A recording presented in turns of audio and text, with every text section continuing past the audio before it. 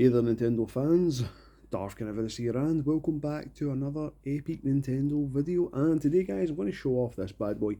I mean, you've obviously read the title of this video, that's why you're watching it, but this is my Game Boy Advance SP, so yep, this is 100% modded. And I think everything's been modded in this thing, you know, it's crazy the amount of stuff it's been put in here. I mean, this thing is like, what, well over 20 years old, and it's still, you know, you still see cracking like new mods for it and stuff like that. I wonder what the future holds for these things, you know, because they're probably going to end up with, you know, OLED screens and things like that. You know, it's going to be crazy. But yeah, I've shown this off in my the handheld video that I did. I've shown it off in that. But I didn't really show it off. I didn't turn it on. I didn't fart about with it, obviously, because if I did that with every device that I had, if you've seen that video, you've seen the length, obviously, of that video, it would have been double as long if I was to kind of show things off. So I thought I would just do a separate video and show this thing. And as you can see, this thing is it's still absolutely tiny. It looks like a coaster, you know. I mean, stupid ice cream van. I mean, there's my Darth Vader coaster, which is just a bit smaller. Well, obviously the Game Boy is a bit smaller, but it's crazy, you know. I'm actually recording this video, or obviously the videos I've been doing so far, on my Samsung Galaxy Z Flip. So when you fold it over, it just reminds me so much of a Game Boy Advance. You know, it's so cool. If you've seen the video of my handheld collection, if not watching, you'll see all the different handhelds I've got. You know, it's a crazy collection that I've collected over the years. I do have a original Game Boy Advance with IPS screen. And the thing is though, it has a Super Famicom shell with it, which I'm not really the biggest fan of the shell. It's not really that. I just wanted something different, something that I've picked. So I decided to go with something else. My friend who actually sold me the Game Boy, or the Game Boy Advance, the same one, he's gonna put a new shell back on for me, and he's gonna keep the old shell. I just said, you know, he's doing me a favour. Why not just let him keep it? You know, so fair's fair. So I'll probably do a video with that next couple of days. You know, it's just when he gets round to doing it. You know, obviously he's got a family, work, kids and things like that, so it's just try to find the time to do it. So obviously I told him, no rush. So yeah, this thing's been completely modded, like I said at the start of the video. New buttons, new shell. I even put this little transparent, you know, shell case thing on it.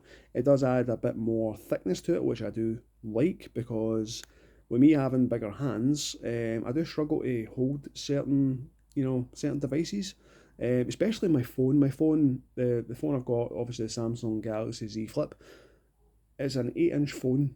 Sorry, 8-inch phone. I can't actually remember how big. I think it's a 6.8-inch screen, but it's so thin. It's like holding like a bar of soap, a wet bar of soap. You know, it's kind of slippery, even that's with a case on it. And I do struggle to type on the keyboard sometimes because my thumbs are so big. Obviously, these hands I've got, they're not like the biggest hands in the world or anything like that, but people out there with really large hands will understand how hard it is these days. You know, because you think it this way, it's you know, they get like, you know, obviously smaller people to test these things when they're reviewing them and things like that, and they're usually tiny people, tiny hands, things like that, so they don't really cater unless you're going to get a huge phone like the last phone that I had before that. I do honestly miss it, was the Huawei Mate 20X. Oh, see that fucking ice cream van. That's 3 times I've tried to do this video. The ice cream van never ever comes round here, and then all of a sudden, oh, Darth wants to do a video, let's put the fucking ice cream music on. Sorry for swearing, but yeah, it's quite annoying. Anyway, just ignore that, just listen to me. So, you know what, I've actually forgot what I was going to say. Anyway, so, as you see, it's got an Easy Flash 4 card here. Yes, this is about 5-year-old, this cartridge, you know, but it has everything on here that I want to play. It doesn't take too long to load the things up either. It's got a 900 milliamp hour battery as well. So this thing does last a lot longer than obviously the original ones, and even ones that are the same capacity. I can't remember how big the original GBA SP batteries are. You know what, you can pop a comment down below and let me know. Anyway, so yeah, it does last, I would probably give maybe about 45 hours. Which doesn't really sound that long, but the thing is though, guys, if this wasn't modded, if it didn't have the the new screen and it didn't obviously have the flash card, then it would last a lot longer. It's just because these things draw power. Annoyingly, they do draw power. And obviously the screen itself draws power, depending on how bright you've got it as well. So anyway, so let's get this one opened up, and yeah, I love this thing, I really do. And the one thing I do love, if you look at it's kind of hard to see in this light right now. I'll try and put my torch on. Damn, can't put my torch on when it's on ultra wide. But anyway, so the Game Boy Advance SP sort of logo there, it's got that sort of rainbow shimmery effect, and I love it. If you've seen my Game Boy Color one, it's got the same sort of thing, and I do love that. It just reminds me of when I got my first DVD player, and at the front it had that DVD logo, and it had the that sort of rainbow effect to it, obviously depending on the angle you're looking at it, and it just looked so damn cool. I loved it. It just takes me back with things like that. But yeah, I do love this thing. I really do. It is a bit cramped for long play sessions, but the good thing is though, you can put these things on sleep mode and then just kind of continue your day and come back to it and play burst mode, just like your other handhelds. Yes, it does drain the battery compared to what normal sleep mode consoles would do, like obviously a PS Vitas, PSPs, 3DSs, DSIs, whatever. Those go into like a proper low power consumption mode, like really, really ultra low, so that you can, if you had like a 3DS XL for instance, you charged it 100%, and then you played something for 5 minutes, and you put it to sleep, you completely forgot about it, maybe you threw it in a backpack or threw it in a drawer, and maybe you weren't going to use that backpack for a couple of weeks, for instance, and you come back to a couple of weeks later, 9 out of 10 times that battery's going to still have an amazing charge in it because it's not being used.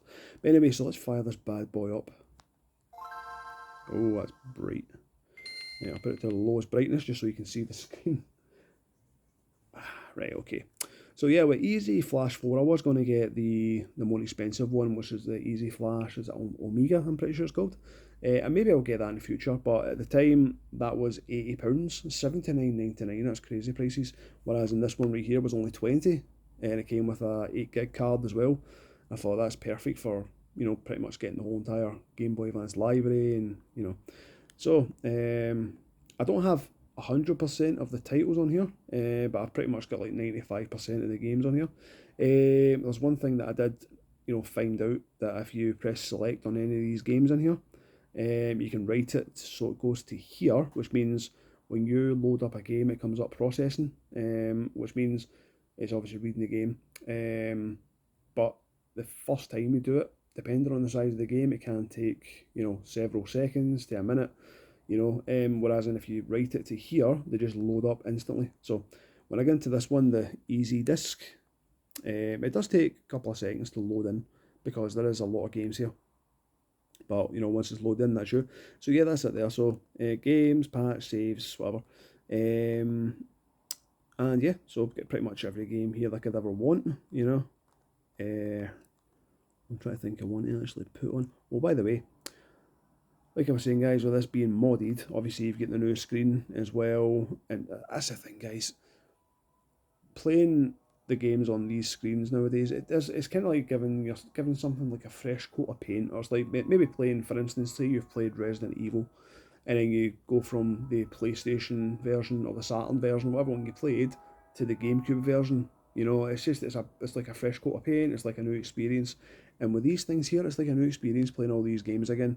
Because obviously back when these things first came out, not these ones, but when the original Game Boy Advances came out, there was no backlit screen. You had to sit, underneath the surface of the sun, under a lamp, whatever else, to actually see it. I actually used to make frequent trips to the bathroom just to sit on the toilet seat because the bathroom light was the brightest light in the whole entire house. Even though we had obviously the big lights, but it was mostly lamps we had lit up in my old house, and that's why I would go. I would just go and sit on the toilet pan, or even sit in the bath. Weird enough, and just sit and play. Obviously because the light source was there and it was really good. So yeah, let's see what we've got. Something we can play and you guys can see. let's see. Right, so the one that everybody always boots up. I think they do this one because there you go. That's the processing happen. So I've already processed this game, so it doesn't really take that long. But this is one that everybody uses for the like their images and stuff like that. I think it's because of the color clarity.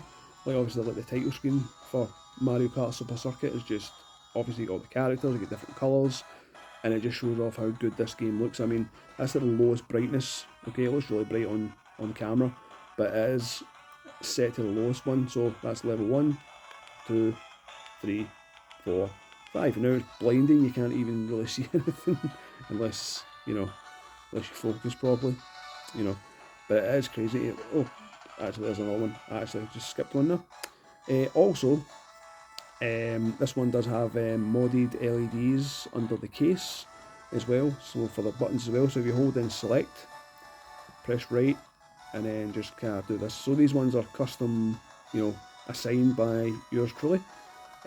Black and red, green and red are like my two favourite colours, and kind of makes my Christmas time as well. But yeah, that was so cool, especially playing at night time. Even though the screen's lit up, obviously you don't really need it, but having these little bits lit up as well is kind of that extra bonus, So let's get a little go at this. Right, go my main man Luigi. This is at almost full volume, so that's full volume. And I always remember getting this game for the first time. Actually sitting out in my back garden. Actually, the way my houses were laid out, you had a front garden, and then you had a stone back garden, and then obviously there was like a little lane, and it would go back into your other big garden. It was a weird one. But the lane was there for basically the bin men to come and get the bins. That's basically what it was for. But yeah, everybody uses this game basically because of how colourful it is and how beautiful it is. Really, not everybody uses this game particularly, but you do see, Mario Kart Super Circuit quite a lot. And I mean, it is still a really good game because it's like a, portable. It's like a cross between Mario 64 and Mario Kart or Super Mario Kart. Which, to be honest, Mario Kart 64 is my favourite one. And weirdly enough, if you notice that there, the red LED came on, so that indicates that the battery's needing charged, which is weird because I just charged this yesterday, but I have been kind of playing about with it, so I've been playing about with it for a couple of hours, and I had it on sleep mode and things like that. But weirdly enough, I was playing, I'm trying to think, there was a game I was playing, and it was Legend of Zelda Minish Cap, and if you remember the first dungeon you get that, I can't remember the name of it. It's that one where it kind of sucks all the wind in. You can kind of, suck the enemies in or whatever else. If you do that, then this was flickering red. I don't know why it was doing that. But then again, there's a possibility the battery might have needed changed. But what I'll do is, just for now, guys, I will just turn this off. Okay, and if you do that, if you see the blue, that means it's saved. It's saved the configuration. So what we'll do is, if you hold an LR, start and select, it puts it into sleep mode, and then you can just obviously kind of go on your day, and as you can see the LED is green, so it's a very, very weird one. I don't really know why it does that, but if you press start and select, it'll wake it back up, and for some reason full brightness almost. There we go. And I think I'm going to lose. Here we go. Damn. I always hated that in the Super Nintendo game. Well, me and my friends used to call it, cutting the grass. Obviously our term for, oh, look at that. Luckily I got that mushroom there. That's crazy. What was I going to say there? Yeah, so obviously we used to call that cutting the grass, and obviously, it slows you down. It's the same as going on the mud or whatever else. It's really, really cool. You can reset this thing to go back to the easy flash menu, but it's a lot faster just doing it that way, I see what it's done. Because I've saved it. that's that sort of brightness, so it saves at that brightness. I just realised that there.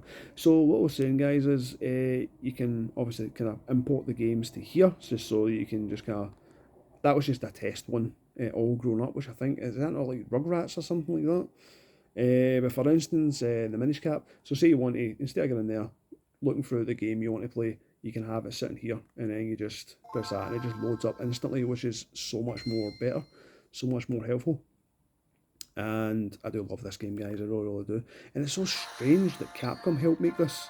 You know, I know they helped make Oracle of Ages and Seasons as well on Game Boy Color.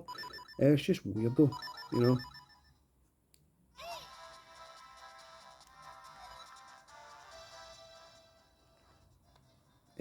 What was the thing? Oh, yeah, that was on there. The Gust Jar. That's the one that I was talking about. You know. So let's see if it happens again. Because I was holding in the A button, and that was flickering red. Weird enough. I don't know why. Strange. But this is one of the best Zelda games ever made, guys. Like, there's no doubt about that. It's fucking awesome. It's really, really well made. Graphics are absolutely beautiful.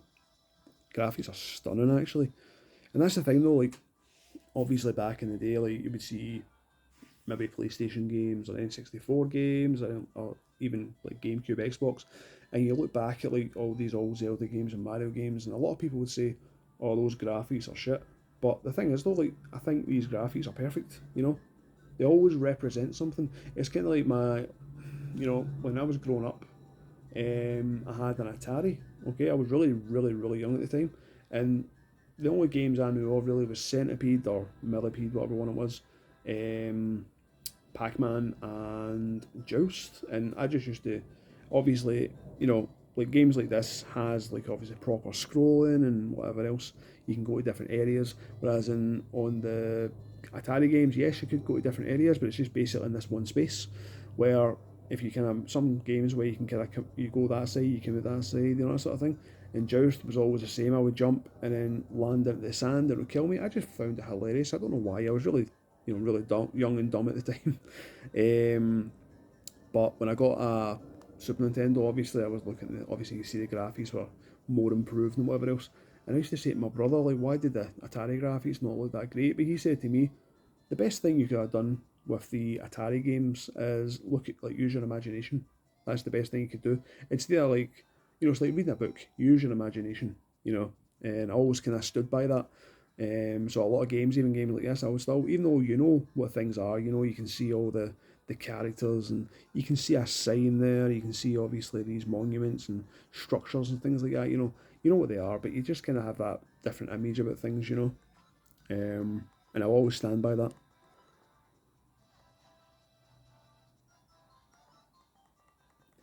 Right, I get it. So yeah, anyway, so that's pretty much what you do, like to get the games to load in a lot faster. That's weird. Seems to go to the default brightness for some reason. It doesn't really matter. But one of my favourite games on this one, has got to be, the Mario games. Because the Mario games on here are really good, even though they were, because this is basically a portable Super Nintendo. So many games to go through. You know what? I'll play some.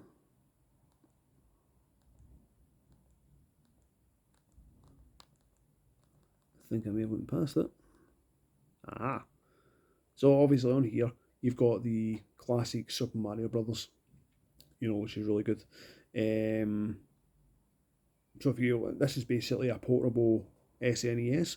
Sadly, it's not the Mario All Stars one, which I thought they were actually going to bring out the Mario All Stars for this. They technically did. There you go. A little classic tune. And as you can see, the way the screen's all kind of zoomed out and stuff like that just looks so nice.